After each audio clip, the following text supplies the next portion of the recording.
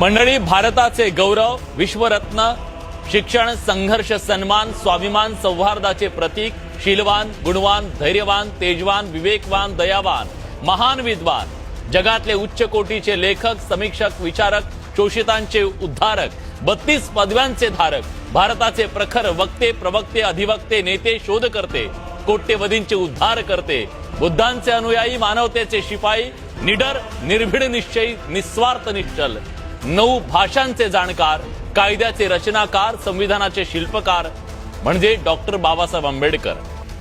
आज बाबासाहेबांची जयंती। शिक्षण, संघर्ष आणि सन्मान या 3 शब्दात ज्यांनी कोट्यवधींच्या आयुष्याचं सगळं सार मांडलं, त्या महामानवाला आज वंदन करण्याचा दिवस।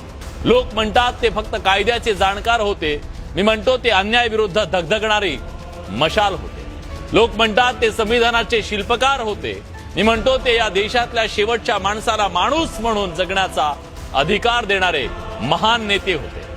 32 पदव्यांचा डोंगर शिरावर पेलणारा हा विद्वान जेव्हा लंडनच्या लायब्ररीत तासन तास उपाशी पोटी अभ्यासात मग्न असायचा, तेव्हा त्यांच्या डोळ्यासमोर स्वतःचं करिअर नाही, माझ्या देशातल्या शोषितांचं भविष्य होतं।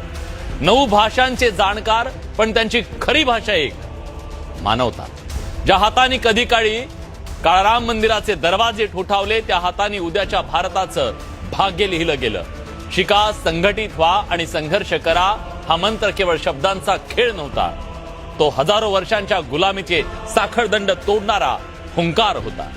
ते निडर होते कारण त्यांच्याकडे सत्याचं बळ होतं, ते निर्भीड होते कारण त्यांच्याकडे तर्काचं शस्त्र होतं, आणि ते विश्वरत्न ठरले कारण त्यांनी केवळ एका समाजासाठी नाही, संपूर्ण मानव जातीसाठी आपलं आयुष्य झिजवलं।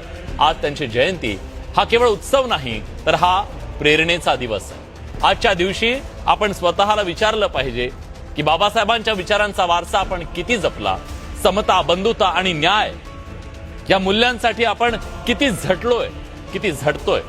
बाबासाहेबांनी आपल्याला संविधान दिलं, आता देश घडवण्याची जबाबदारी आपली आहे, आणि त्या सूर्यासारख्या प्रखर तेजाला, त्या अथांग ज्ञानाच्या सागराला आणि कोट्यवधींच्या उद्धारकर्त्याला नमन करूया। आज जयंतीच्या शुभेच्छा।